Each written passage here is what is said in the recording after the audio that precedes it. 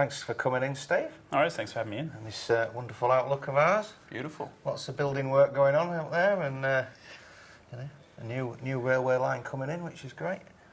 Light rail. You're in the space of environmental science and studies around supporting development and what have you. We do a lot of technical due diligence work, and we sometimes get asked for an environmental study or a review or survey.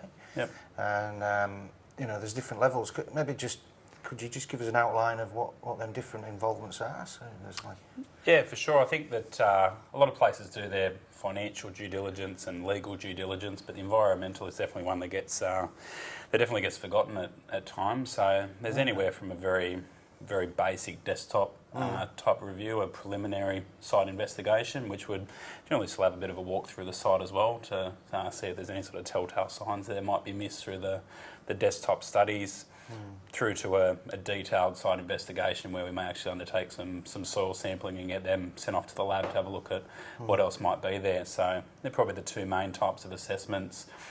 Sometimes you may undertake what's called an environmental due diligence as well, which is similar to those, but generally bespoke to the client, maybe focused on different areas. Right. So I'm getting involved in existing buildings a lot. Yeah.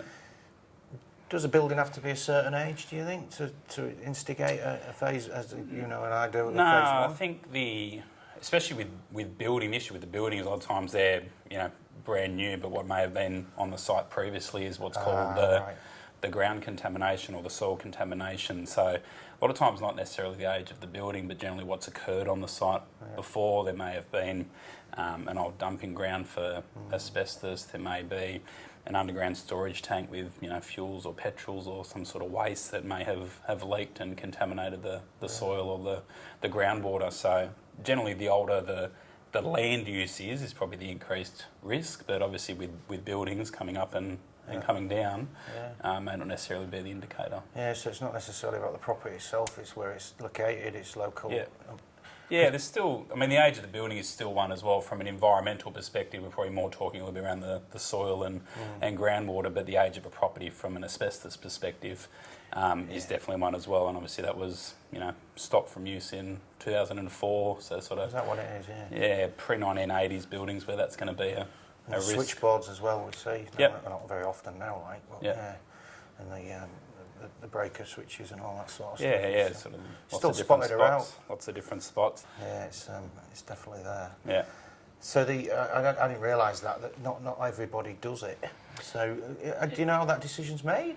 Yeah, I think a lot of it's to do with people that are either aware of the risks or have been burnt before. And I guess the advice that they're getting, we were talking earlier around the boards and that used to have someone with a property background on them, whereas now it's a bit more heavily weighted towards the finance and accountant side. And like I said, I think once they've sort of seen the negative impacts of it with buying a site that they hadn't undertaken that due diligence and been caught out, or heard some of the stories around from that from peers is one way that it comes up. And but obviously advice from from people like yourselves if they're getting advisors in around the T2D space, if they aren't considering it. I know it's something that you guys recommend depending on what has happened on the site previously.